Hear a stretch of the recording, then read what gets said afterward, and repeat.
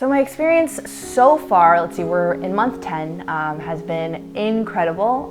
It's something I could have never imagined liking as much as I would have. I tell people, like, if you told me at month 1 or 2 that I would love it, I would not have believed myself or anyone for that matter.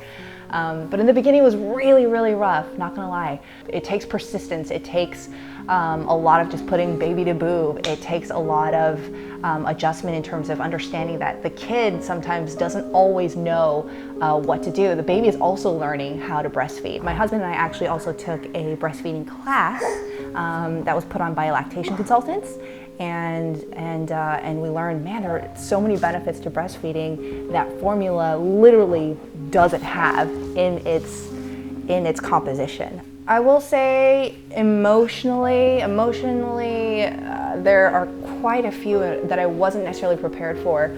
And sure, it was one of those things where I was like, oh, I do wish people had told me about maybe the isolation factor. And the funny thing about that is, you know, I'd done a lot of research, as I've been saying, about maybe what to expect for breastfeeding, as one does. And, you know, I thought I was prepared, and, you know, I prepared my heart for sure, the emotional, you know, toll of it all. But, you know, when it's 2 a.m., 4 a.m., 6 a.m., and, you know, this baby is just on you, and you're not sleeping, and like I was saying, certainly in the beginning when it was a struggle and it was painful and I didn't understand why it was so hard, it felt really isolating. And even though I'd known that millions of women, you know, across all of time have done this very thing, you do tend to feel alone still. You know, your husband is sleeping, you're the only one that can, you know, keep this going. It's you and baby.